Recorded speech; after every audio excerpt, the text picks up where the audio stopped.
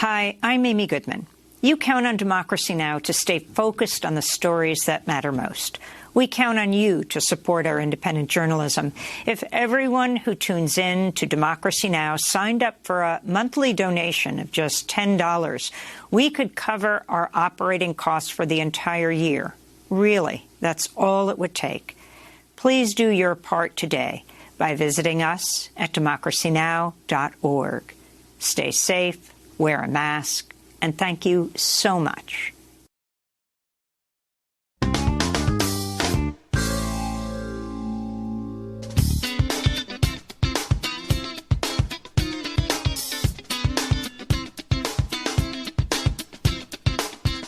From New York, this is Democracy Now! Hold the line, Speaker Pelosi! Please. Will you hold the line? Will you hold the line?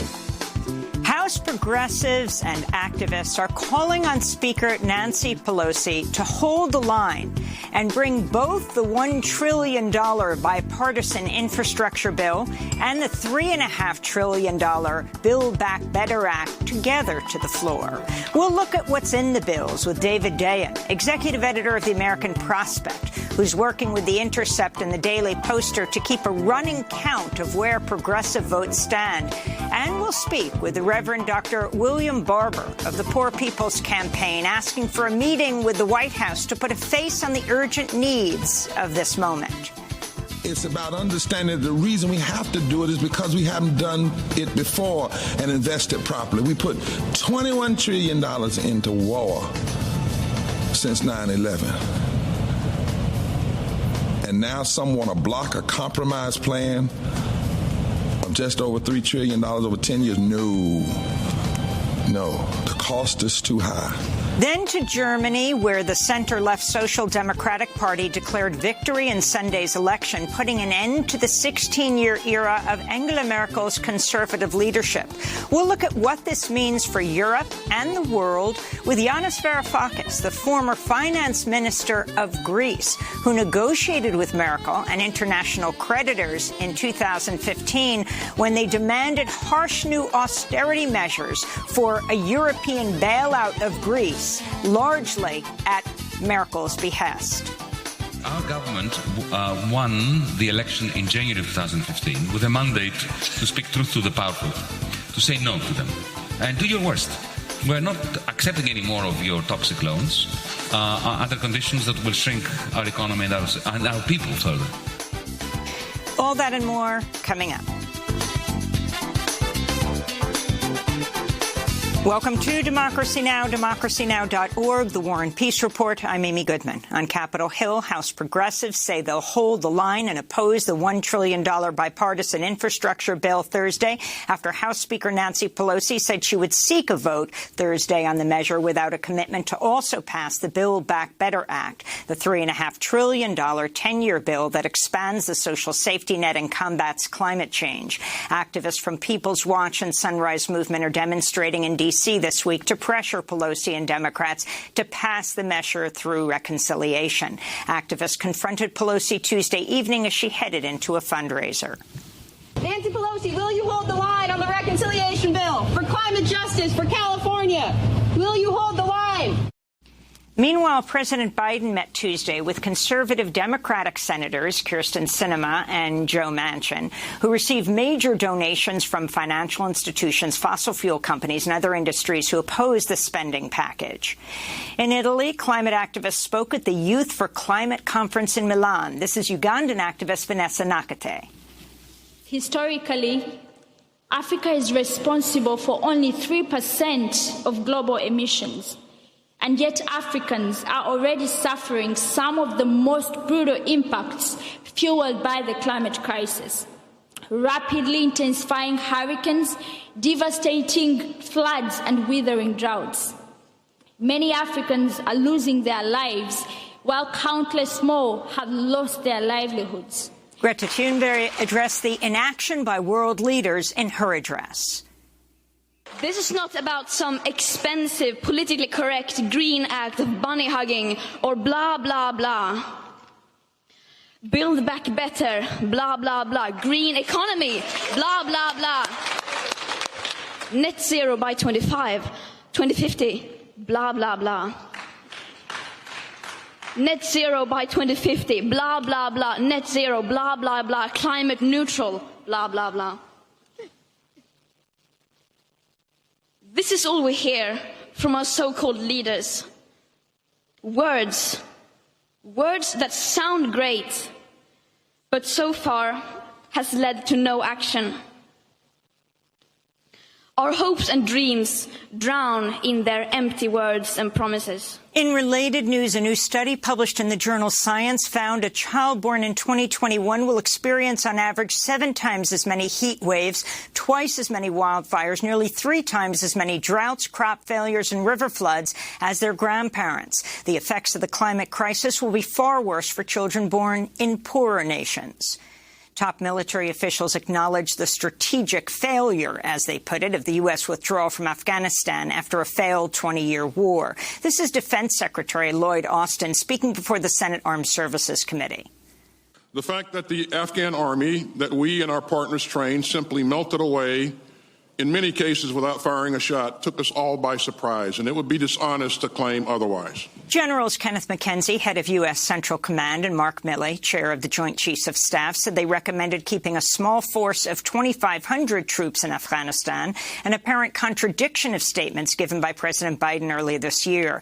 In response, the White House said Tuesday keeping troops in Afghanistan beyond August would have led to an escalated war with the Taliban.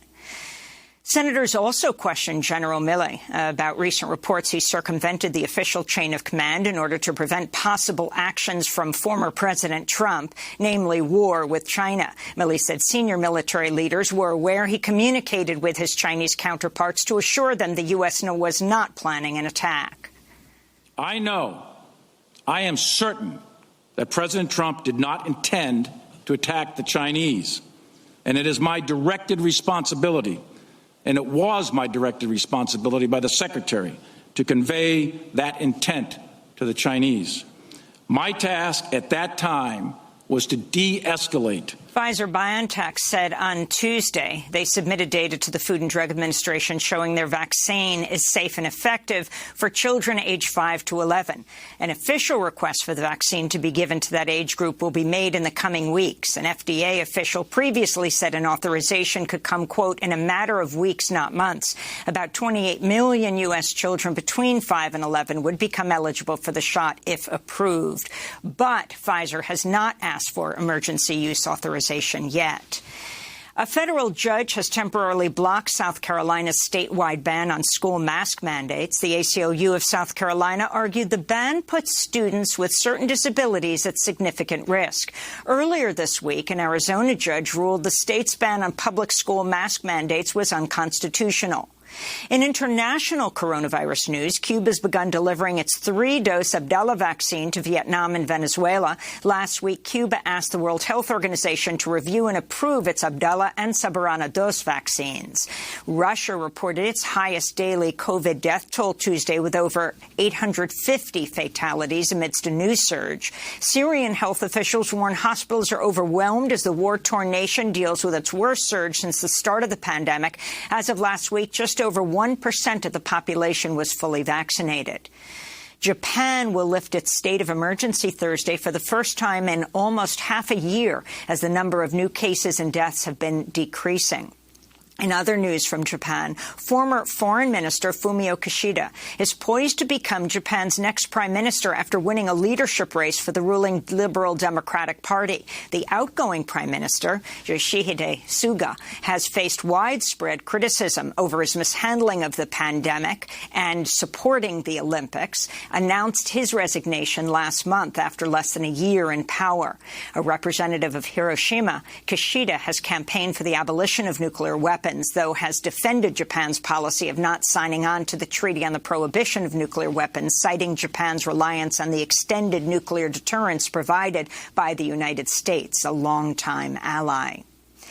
An independent investigation found over 80 alleged cases of sexual abuse and assault at the hands of aid workers in the Democratic Republic of Congo during the Ebola outbreak between 2018 and 2020. 20 of those involved were World Health Organization employees. Dozens of survivors spoke to investigators. Among the accounts, 9 allegations of rape, sexual harassment, and intimidation by superiors at work, and the promise of favors in exchange for sex. On Tuesday, WHO Director General Tedros Adhanom Ghebreyesus offered an apology to survivors. I'm sorry. I'm sorry for what was done to you by people who were employed by WHO to serve and protect you. I'm sorry for the ongoing suffering that these events must cause. I'm sorry that you have had to relieve them in talking to the Commission about your experiences. In Haiti, elections planned for November have been postponed until 2022 after Prime Minister Ariel Henry dismissed the Electoral Council amid Haiti's mounting political and humanitarian crises. Meanwhile, the Biden administration's continuing its mass expulsion of Haitian asylum seekers, deporting over 4,000 Haitians in the past 10 days. In Germany, Berlin residents voted in a referendum to seize back some 240,000 apartments from corporate landlords in an effort to combat gentrification and soaring rents. The measure, though not binding, would see the municipal government buy back housing from powerful landlords or real estate companies that own more than 3,000 units and turn the units into affordable public housing. The European Court of Justice issued a ruling today annulling 2 trade deals between the European Union and Morocco, including fishing and agricultural products from Western Sahara, a territory occupied by Morocco since 1975. This is the 3rd time the court has struck down trade deals between Morocco and the bloc, ruling that Western Sahara cannot be part of the EU's trade deal with Morocco without the express consent of the people of the territory. In Maryland, a judge sentenced Jared Ramos, the gunman who stormed the Capitol Gazette newsroom on June 28, 2018, and murdered 5 people, to 5 life sentences without parole, along with 2 other life sentences. Survivors of the attack and bereaved family members testified before Tuesday's sentencing. Capitol Gazette photographer and survivor of the mass shooting, Paul Gillespie, spoke outside the courthouse. I don't think there's ever going to be any closure. I mean, I lost 5 of my family members. I was almost killed myself. It's something that haunts me every day. I think about this and what happened to me and my Capitol Gazette family. In Arizona, a federal judge has temporarily banned a key portion of a new sweeping anti-abortion law that would make it a felony for doctors to terminate pregnancies due to a fetal genetic defect such as Down syndrome. The court, however, denied a request to block another part of the law that classifies fetuses, embryos, and fertilized eggs as people starting at the point of conception. And in Chile, lawmakers have approved debate on legislation that would expand access to abortion. Chilean reproductive justice advocates are celebrating what's a first step toward the South American nation decriminalizing abortion. This comes as thousands of women took to the streets across Latin America Tuesday, demanding the legalization of abortion on International Safe Abortion Day. This is a protester in El Salvador. Our country has a high rate of pregnancies of girls and adolescents. It shows that there is sexual abuse, lack of protection of children. They are forced to continue with their pregnancies in cruel conditions, and that they have to put aside their life projects. It is a violation of the rights of girls and adolescents. Over 20 Latin American countries still ban abortion without exception, including El Salvador, where women have been sentenced to decades in prison accused of homicide, even in cases where they've had miscarriages and other obstetric emergencies. And those are some of the headlines. This is Democracy Now!, democracynow.org, The War and Peace Report. I'm Amy Goodman in New York, joined by Democracy Now! Co-host Juan Gonzalez in New Brunswick, New Jersey. Hi, Juan. Hi, Amy, and welcome to all of our listeners and viewers across the country and around the world. Well, President Biden canceled a trip to Chicago today so he can stay in Washington, D.C. as crucial negotiations continue on the bipartisan infrastructure deal and the Build Back Better Act. House progressives are saying they will hold the line and oppose the $1 trillion infrastructure bill after House Speaker Nancy Pelosi said she would seek a vote Thursday on the measure without a commitment to also pass the Build Back Better Act. That's the $3.5 trillion 10-year bill that expands the social safety net and combats climate change. The chair of the Progressive Caucus, Congressmember Pramila Jayapal, issued a statement that, quote, this agenda is not some fringe wish list. It's the president's agenda, the Democratic agenda, and what we all promised voters when they delivered us the House, Senate, and White House, she said. Activists from People's Watch and Sunrise Movement are demonstrating in D.C. this week to pressure House Speaker Pelosi and Democrats to pass the measure through reconciliation. A flotilla of activists took to kayaks and electric boats to demonstrate near Senator Joe Manchin's houseboat in D.C., demanding, "Don't sink our bill." Others confronted Pelosi Tuesday night as she headed into a fundraiser. Nancy Pelosi, will you hold the line on the reconciliation bill for climate justice for California? Will you hold the line? Meanwhile, President Biden met Tuesday with conservative Democratic Senators Kyrsten Sinema and Joe Manchin, who received major donations from financial institutions, fossil fuel companies, and other industries that oppose the spending package. For more, we begin with David Dayen, executive editor of The American Prospect. He's working with The Intercept and The Daily Poster to keep a running count of where progressive votes stand. He's written a piece headlined, "Pelosi tries to bulldoze progressives on the infrastructure bill, but she claims it must pass to avoid an expiration of highway funding." That's just not true. He also wrote about the interlocking crises in Congress have simple solutions. His latest book, Monopolized: Life in the Age of Corporate Power. David Dayen, welcome back to Democracy Now! So tell us what you believe is true. And for people who are not following closely what's happening in Washington, lay out the two bills and then talk about what's being proposed to vote on tomorrow and what isn't.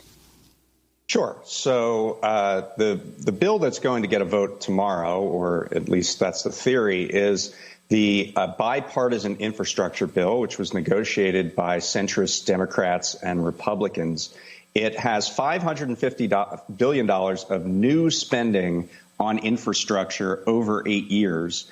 And that includes things like highways and bridges and broadband and the electric grid and resiliency from the ravages of climate change and a few other things. It's at about half the level of what Joe Biden proposed when he put out the American Jobs Plan back in March. So it's kind of a half measure.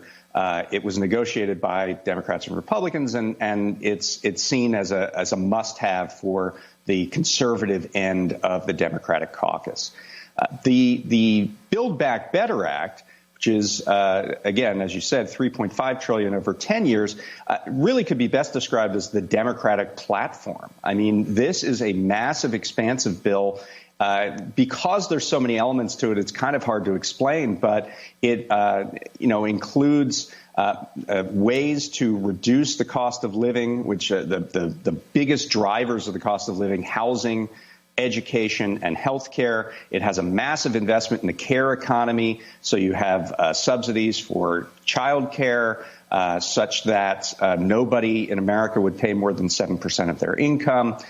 You have massive subsidies for elder care, for allowing people to age in place and stay at home.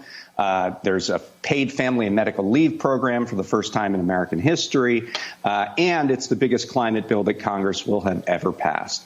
And I'm leaving stuff out, too. The child tax credit expansion that we saw this year in the American Rescue Plan would be extended for another 4 years, for example.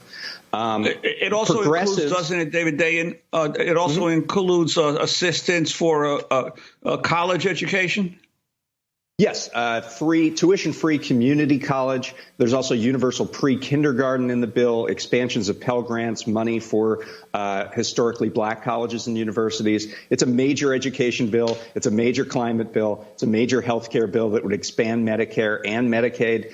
It's a major care economy bill. Like I said, it's kind of the Democratic platform, and that's why progressives are so interested in getting that passed. And what Pelosi has done, I mean, the whole idea for months was that those bills would be linked so that the moderates in the caucus would get something they want, which is the bipartisan infrastructure bill, and the progressives in the caucus would get something they want, which is this Build Back Better Act. And Pelosi, over the last few days, has delinked those bills because they can't get agreement or even the semblance of an agreement from Joe Manchin and Kyrsten Sinema. Pelosi has said, OK, let's pass this now, and then we'll work on the Build Back Better Act, which only needs Democratic votes because it's being done by reconciliation. We'll pass that later. And this is what progressives are rebelling against. They don't want to lose their leverage. They figure if they pass the bipartisan infrastructure bill, then the centrists, the moderates in the caucus will want nothing to do with the Build Back Better Act and will only get this bill that was partially directed by Republicans. So that's the issue. As you mentioned, the whip count. We have listed 24 Democratic members of Congress in the House who will not vote for the infrastructure bill without a reconciliation bill. There was also a private conference call with the Congressional Progressive Caucus yesterday. We're told that 24 people spoke up on that call. All of them were opposed, and 10 of those people were not on our whip count list. So you could have as much as 34 members voting no at this point, and even that might be an undercount. But isn't part of the problem that Manchin and Sinema, while they are opposing supporting a $3.5 trillion bill in the Senate, refuse to say what they would support? So there's almost like the Democrats are negotiating with themselves, but don't actually have the position of one side. That's exactly right, Juan. I mean, they're negotiating with a phantom. Manchin and Sinema have been asked for a week, including on multiple occasions by the president himself, what will you accept? Give me a top line number. Give me a spending number that you'll accept. And they're refusing to engage. They're refusing to say what they would be for in this bill. And you cannot proceed to negotiations without getting at least some framework of a top line number. So progressives say we're not going to pass the infrastructure bill without specifics from Manchin and Sinema. And Manchin and Sinema are saying we're not going to give you specifics until you pass the infrastructure bill. So there's just a complete impasse here. And at the same time, go ahead, Juan. Yeah, I was going to ask, at the same time that they're juggling these two potatoes, there are two other potatoes, aren't there, that Congress is dealing with? The need to pass legislation extending government funding by Thursday, and also the debt ceiling. Could you talk about how that plays into these other issues? Yeah, well, it's just more on Congress's plate. Now, it does look like there will be a continuing resolution to fund the government that is going to get action in the House and Senate today. So I fully expect that continuing resolution will pass, and we will have government funding extended, I believe, to December 3rd. The debt limit is the problem. Republicans in the Senate have said that they are not going to give votes to pass the debt limit, that Democrats should do it themselves. They could do it through reconciliation, which is this process that only requires 50 votes. Democrats feel like the spending was built up through the Trump administration and Republicans should be involved in it. This is a ridiculous law to begin with. The idea that money that's already spent, that you have to make a law to raise the debt ceiling so that you can borrow to pay the bills that you've already rung up. There are a lot of ways that we could just get rid of this thing. The 14th Amendment says that the public debt shall not be questioned. There's reason to believe the debt limit law is unconstitutional. They could also, there's a very strange law that says that the Treasury could mint $1 trillion coin and use that to offset borrowing authority for a short-term period. Whatever needs to be done to end this hostage taking of the full faith and credit of the U.S. government needs to be done. And if Democrats are going to do this on their own, they need to find a way to do it permanently so that we're not in this position ever again. We're going to break and then come back to this discussion. David Dayen is the executive editor of the American Prospect. He has written the piece. Pelosi tries to bulldoze progressives on the infrastructure bill, but she claims it must pass to avoid an expiration of highway funding. That's just not true, he writes. Stay with us.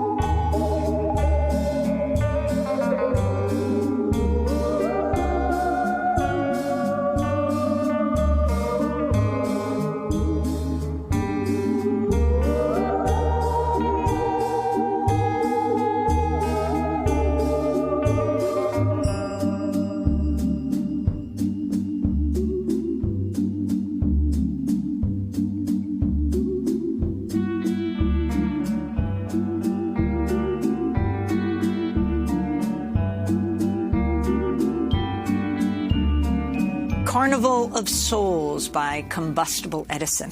This is Democracy Now!, democracynow.org, The War and Peace Report. I'm Amy Goodman with Juan Gonzalez as we continue to look at these high-stakes negotiations unfolding on Capitol Hill as House progressives say they'll hold the line and oppose the $1 trillion bipartisan infrastructure bill after House Speaker Nancy Pelosi said she's seeking a vote on the measure Thursday, that's tomorrow, without a commitment to also pass the Build Back Better Act, the $3.5 trillion 10-year bill that expands the social safety net and combats climate change. On Monday, Congressmember Ilhan Omar responded to the recent delay of the infrastructure vote on Twitter. She said the whip count was right. We aren't bluffing. When the bills are up in tandem and we will put our votes on the board, that's the deal. David Dayen is our guest, executive editor of the American Prospect, who is following this, to say the least, extremely closely. I wanted to ask you both about the power of the Progressive Caucus right now, what this means. Do you think Nancy Pelosi will put off this vote? But also, even how Manchin and Sinema are talked about as centrist or moderate Democrats as opposed to conservative or corporate Democrats. You have, for example, Joe Manchin, chair of the Energy panel, the largest Senate recipient of campaign donations from the oil, coal, and gas industries. And then you have the headline yesterday on Arizona Democratic Senator Kyrsten Sinema holding a fundraiser with 5 business lobbying groups that oppose the massive spending bill containing some of the Biden administration's top legislative priorities, according to the New York Times, which reported that the attendees were being asked to pay up to $5,800 to Senator Sinema's campaign, saying she opposed the spending bill's price tag of $3.5 trillion. The legislation also increasing taxes on wealthy individuals and corporations in order to expand the social safety net, improve worker rights, and combat the climate crisis. So she goes back and forth from the White House to the fundraiser, David Dayen?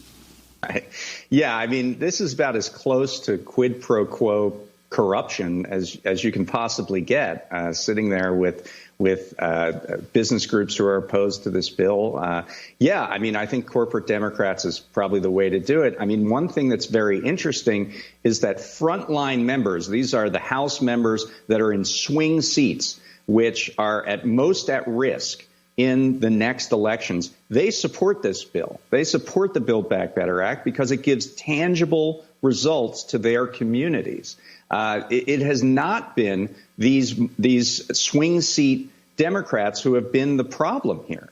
It's more Democrats who receive a lot of corporate funding, who oppose elements of the bill, or in the case of Manchin and Sinema, seem to oppose all of the bill, or actually we don't know what they oppose because they won't say, and they've frozen the process.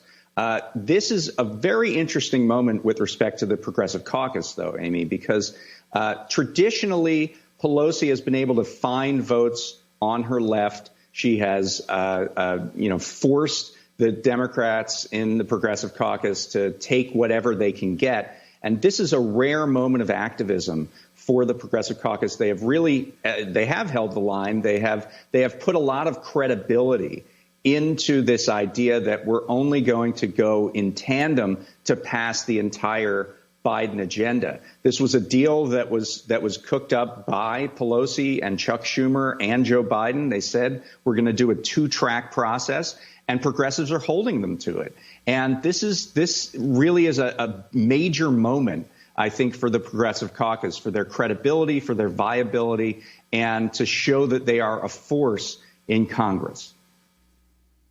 And David, how could the results of what happens in the next week shape the outcome of elections in 2022 and 2024? And also, how do you judge President Biden's direct involvement here in terms of him being able to show that he's a president who, after so many years in Congress, in the Senate, can be able to get the legislative body to act according to his policy, to his wishes? Well, like I said, if you talk to frontline members, they'll tell you they need this Build Back Better Act in order to have a shot in 2022. I mean, Democrats have to show that they can govern. And the way that they can do that is by getting things on the books that are tangible, that deliver immediate results. Things like the child tax credit, $3,600 for children under 6 for all families, and $3,000 for kids between the ages of 6 and 17. Expanding Medicare to cover dental and hearing and vision benefits. Expanding the subsidies in the Affordable Care Act, and for states that have not expanded Medicaid, giving those individuals that fall into that Medicaid gap the ability to access health care.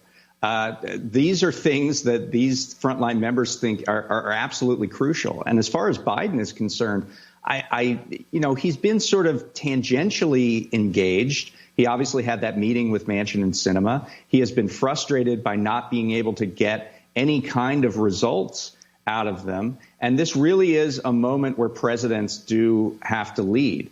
And, it's unclear exactly what leverage he might have over Manchin and Sinema, who really see themselves as these sort of corporate free agents. But whatever stops he needs to pull out, he needs to do it now, because not only does it threaten his majorities in Congress in 2022, but it threatens the ability for Democrats to win the White House in 2024. Juan, I wanted to put this question to you. We're looking at the Biden agenda today, and I wanted to ask you about something the Washington Post reported on this week in a story headlined, "The Curious Case of Puerto Rico's Medicaid Funding." Quote, Puerto Rico was barreling toward a Medicaid funding cliff that it'd go over on September 30th. Congress was racing to prevent the fragile safety net program from losing hundreds of millions of dollars, but suddenly and unexpectedly, part of the crisis was averted. Quietly, the Biden administration interpreted language from recent laws providing dollars for the territory's Medicaid programs. This is the governor of Puerto Rico, Pedro Pierluisi, speaking in June to CBS about meeting with members of Congress as well as White House officials to discuss the island's Medicaid program. Yes, I am right now in Washington, D.C., meeting with members of Congress, meeting with White House officials. And that's the first topic of conversation. We have a Medicaid program in Puerto Rico, but we don't have the same treatment that the states get across the nation.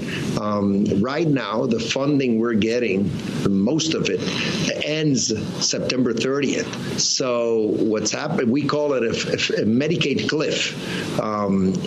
Congress will have to address this because our health program would collapse if it doesn't. That's unfortunate. We should have either a permanent participation in this program on an equal basis as the states, or at least a long-term funding, a 10-year deal, so that we can budget for this and we can provide the basic health services that a lot of our population needs.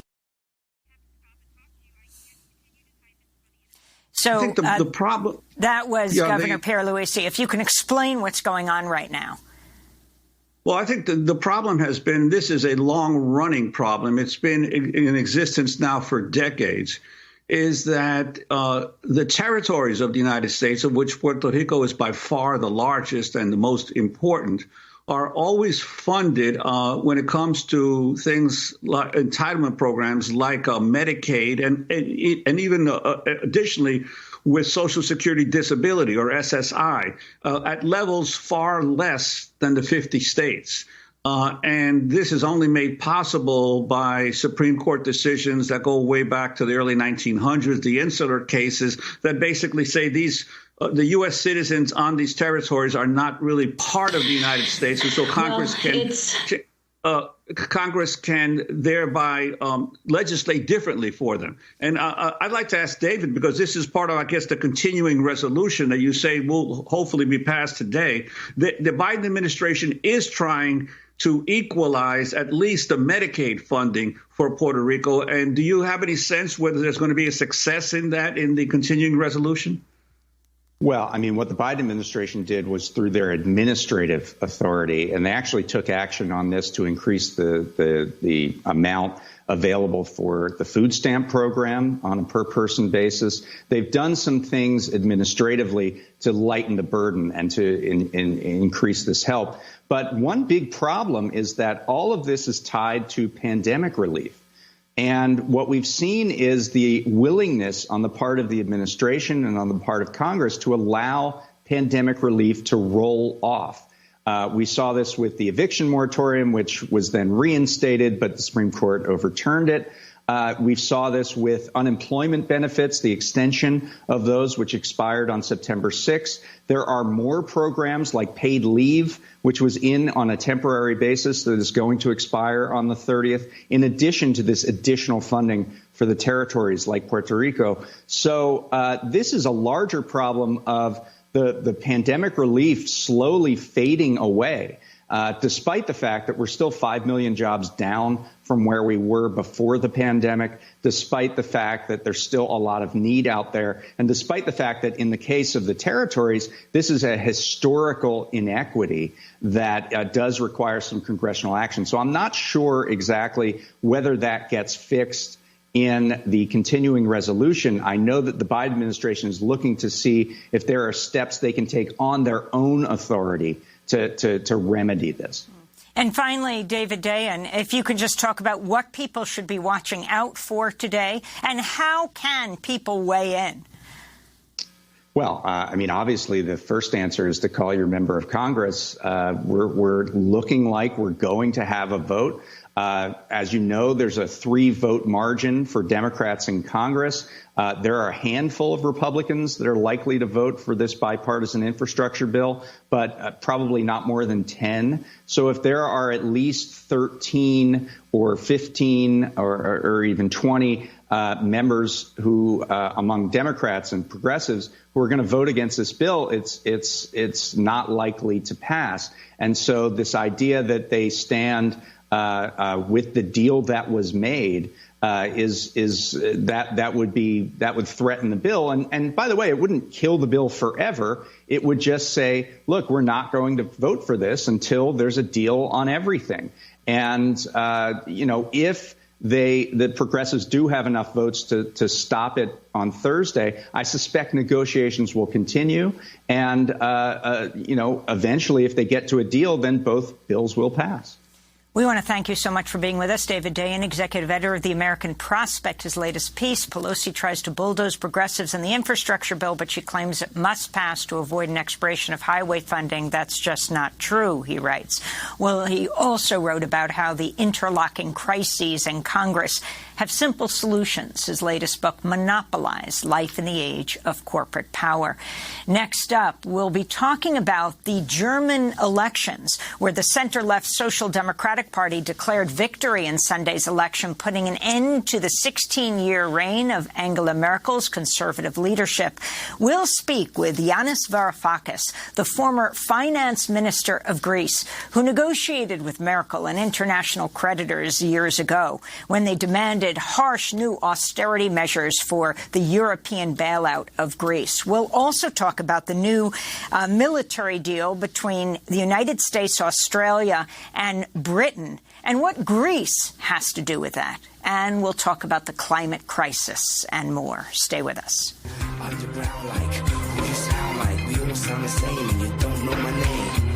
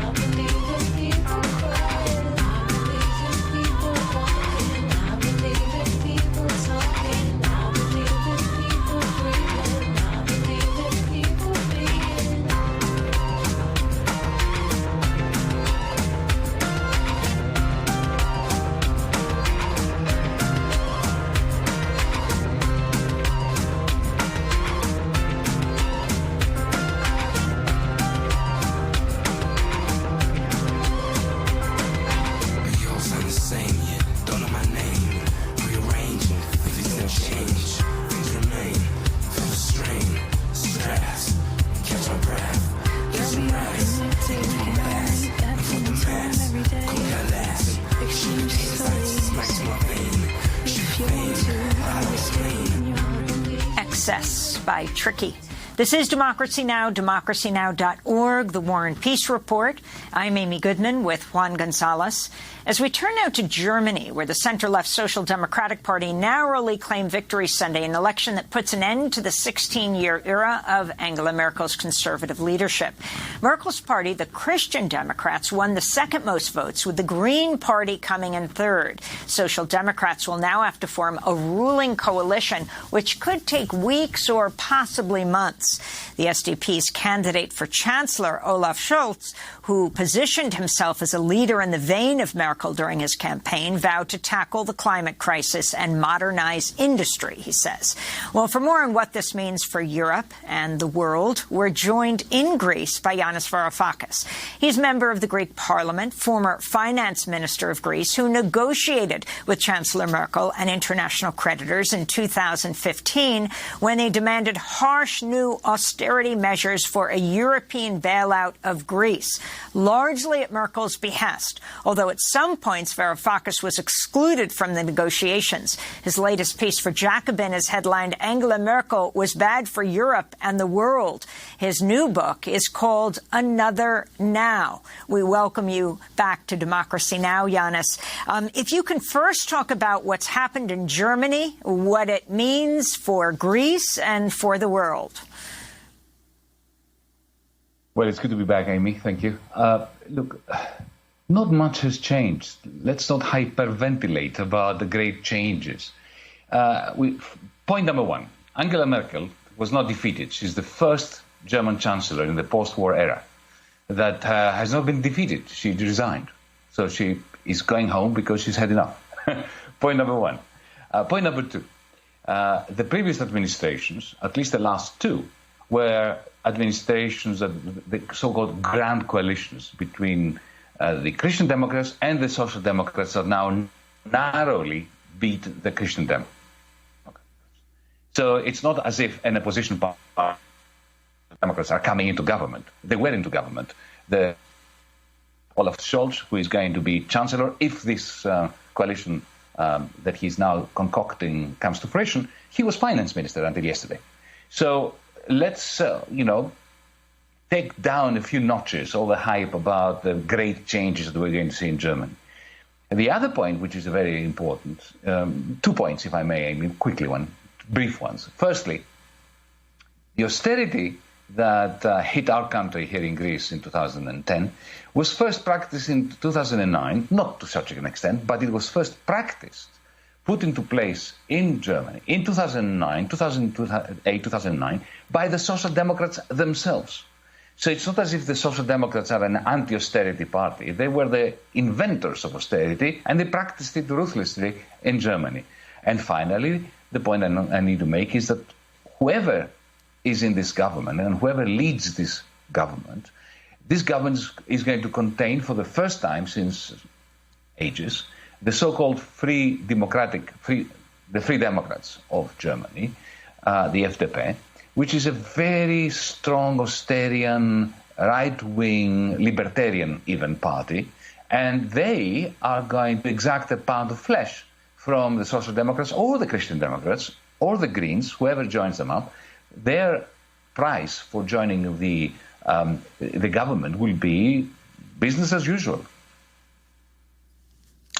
Well, Yanis Varoufakis, you've argued in articles you published in the New Statesman and Jacobin that Merkel's austerity policies condemned Europe and Germany to decline. Could you expand on that? Happily. I remember Lehman Brothers and the great financial meltdown of 2008. Very soon after that, Angela Merkel found out, to her, disbelief, that the German banks were also kaput, bankrupt. And so were the French banks, so were all the banks in the European Union, including the British ones. And they had to actually salvage them, like President Obama did in the United States, except that, unlike President Obama, the Europeans had given up on having a central bank, a national central bank. So they effected a cynical transfer of, instead of printing money, instead of having the Central Bank of Europe, the ECB, print the money, which is what Tim Geithner and Larry Summers and Barack Obama did in the United States. Instead of doing that, they transferred their losses onto the shoulders of the weakest taxpayers, who were Greeks, working-class Germans, and so on. So you had socialism for the very few, for the bankers, and harsh austerity for everyone else, not just the Greeks, but the German workers, the French workers, the Slovak workers, the Portuguese workers, the Spanish workers. Now, what happens when you do that? The bankers have been very floated. They are constantly being given money that the central bank prints eventually. And the masses are suffering and labor under the yoke of austerity. Now, big business looks at the little people out there and says, oh, well, they will not be able to afford the equivalent of a German Tesla, let's say, so they don't build one, they don't invest. So investment is very low. Good quality jobs disappear. They are replaced by mini jobs, Deliveroo jobs, the gig economy. So you have discontent across Europe. You have low levels of investment in the places that are the richest, like Germany. And, of course, you have non-existent investment in places like Greece. This is what I said when I tried to make the point in the articles that you kindly mentioned, that Angela Merkel leaves the Chancellery, the office of Prime Minister of Germany, much stronger than she inherited because of the crisis. She leaves Germany complete and replete and full of economic surpluses, of surplus money. But she also leaves it with low levels of investment and effectively condemned to be falling behind China and the United States when it comes to the things humanity and Europeans will be needing in the next few years, which is green energy, artificial intelligence, high-tech companies that can combine the green transition with some degree of shared prosperity. Yeah, I wanted to ask you about another issue that marks, I guess, Merkel's legacy is the issue of immigration. I mean, we're seeing new images again, not just in the United States of Haitians and Central Americans at the border, but now once again in Southern Europe, 600 asylum seekers yesterday in one boat in Italy, a huge increase in those escaping from Africa and the Middle East coming to Europe. Greece obviously has been dealing with this, but Merkel it was distinguished among the leaders by initially welcoming hundreds of thousands of migrants into Germany when other countries were trying to close their borders. Your sense of her legacy in terms of migration policy and how migration is affecting Europe, given the fact that these imperial powers keep waging wars, disrupting these countries, creating chaos, and then insisting that migrants cannot come into Europe. Yes, you're so right. I mean, it was such a show of hypocrisy recently when the Taliban moved into Kabul.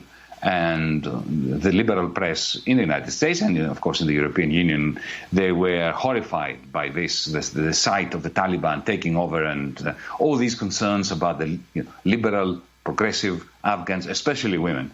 And then at the very same time, our great and good leaders, the same ones who were lamenting the success of the Taliban, they started talking about raising the height of the fences that they're building to turn Europe into a fortress Europe. Not one mention of letting the Afghan women that are being persecuted by the Taliban come in. But going back to your question about Merkel's legacy when it comes to immigration. Look, there was a key word in your question. That was initially. Her initial response in 2015, in the summer of 2015, when the Syrian refugees came storming in, running away from the civil war in Syria, her initial response was great. I mean, I even tweeted that, and I'm not a political ally of Angela Merkel. I said in my tweet that I'm proud to be European because of Angela Merkel, because she said let them in. My goodness, and she let 1 million people in. But then immediately her pragmatism kicks in. She is the leader of a conservative party that was about to eat her up alive, to put it blunt, not too bluntly, I hope. And within 2 weeks, she reversed course. So that initial response shows that the woman is probably a very decent person. And, all kudos to her. But within 2 weeks, she spoke to the Turkish president, Mr. Erdogan, and together they concocted a travesty of a policy. Effectively, the European Union, under Merkel's guidance, bribed with a few billion euros the president of Turkey, the Turkish government, to allow the European Union to violate international law, not to allow refugees. Refugees on these ramshackle boats that end up on Lesbos, the Greek islands, right? That they really don't have the right to seek asylum because Merkel and Erdogan agreed years ago, with the approval of my former comrades in this government after I resigned, the French, the Italians and so on. They agreed that Turkey is a safe country and therefore no refugees from Syria, from Afghanistan, from wherever, has the automatic right to file an application for a refugee status, even if they've been tortured. This is absolutely preposterous. So you have the initial reaction, which was good, and then you have what has been happening over the last few years. A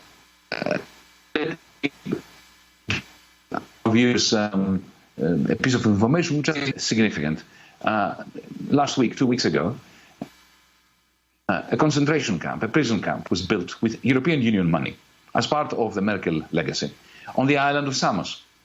Now, on the one hand, you have those who are waxing lyrical about it because those refugees that used to live in tents, and they would, tents that would be washed away whenever there was a wintry storm or rain, heavy rain falling. Suddenly they had decent dwellings. They even had, a restaurant, and they had Wi-Fi. But what they forget to mention is that there is also barbed wire surrounding them. So these people can stay in there for years for having committed the crime of coming to Europe to seek refugee status. Very quickly, Yanis Varoufakis, you're speaking to us from a Greek island, and so we're having a little trouble with the Skype, but thank you all for bearing with us. You tweeted on Tuesday, at a time when the U.S. and France are competing on which of the two will undermine peace in the Pacific more effectively, the Greek prime minister is pushing Greece further into debt bondage by purchasing French frigates, with a nod from Biden so as to placate Macron. Greece deserves better. And, of course, talking about AUKUS, this new military alliance to marginalize China. Many are asking if it's Biden who is really creating a new Cold War with China. He makes a deal with the UK and Australia it was a deal, $65 billion nuclear-powered subs, and this cut France out. They felt stabbed in the back. So now France is making a deal with Greece, further militarizing the world. Your thoughts? I am ever so depressed by this. We're not learning any lessons from the past. You put it quite rightly. There is a sordid arms deal race happening in the Pacific. So, the French want to make some money out of the Australians by selling them submarines. The Americans come in and they cut the French out of the deal. The French get seriously peeved. All this is happening supposedly in order to increase security in the Pacific. It is doing exactly the opposite, because the Chinese are simply going to respond to this arms race by, just upping the ante, building more of their own nuclear subs. The nuclear subs are a waste in any case. Now we live in a technological world where we have transparent oceans. These old-fashioned nuclear submarines are neither here nor there. They are not increasing security. If they increase anything, it is insecurity. But there's a lot of money to be made by the French who want to sell them, by the American government who wants to make sure that their mates that are producing these nuclear subs get the deals from Australia. And Macron is stabbed, and then suddenly President Biden decides to throw him a few morsels of bread in order to pacify him, and that is to give the green light to the Greek prime minister to buy 3 or 4 frigates from the French government. Exactly what are they going to contribute to our security? Yes, we do have a problem with Turkey. We have a recalcitrant Turkey. We have a Turkish regime that traditionally proves imperialist or acts imperialistically when it wants to solidify its own foundering base within Turkey, because it is a dictatorship, and our Turkish comrades, Turkish democratic comrades, are suffering under it. So whenever the Turkish government feels unsafe, it creates tensions in the Aegean. But how exactly is this going to help? By this I mean, a few more high-tech frigates that Greece is going to buy from France, using what? More debt. You mentioned that, I was a finance minister at the height of the Greek debt crisis. Well, let me state it for the record that back then, when every newspaper in the world, including in the United States, was covered with articles about the Greek crisis, our debt to GDP ratio was something like 170%, 150, 170%, right? 1.5 times our national income. Today, it's more than twice. It's 210, 212%. And still, they are borrowing more money from the Europeans to buy European frigates, to pacify Macron in terms of what he lost in the Pacific, while both the Pacific and the Aegean oceans and seas are becoming less secure and more prone to conflicts that will only have victims amongst the working classes of China, of Australia, of the United States, of Greece, of Turkey, of France, and Germany. Finally, Yanis, if you can say why you called your new book Another Now.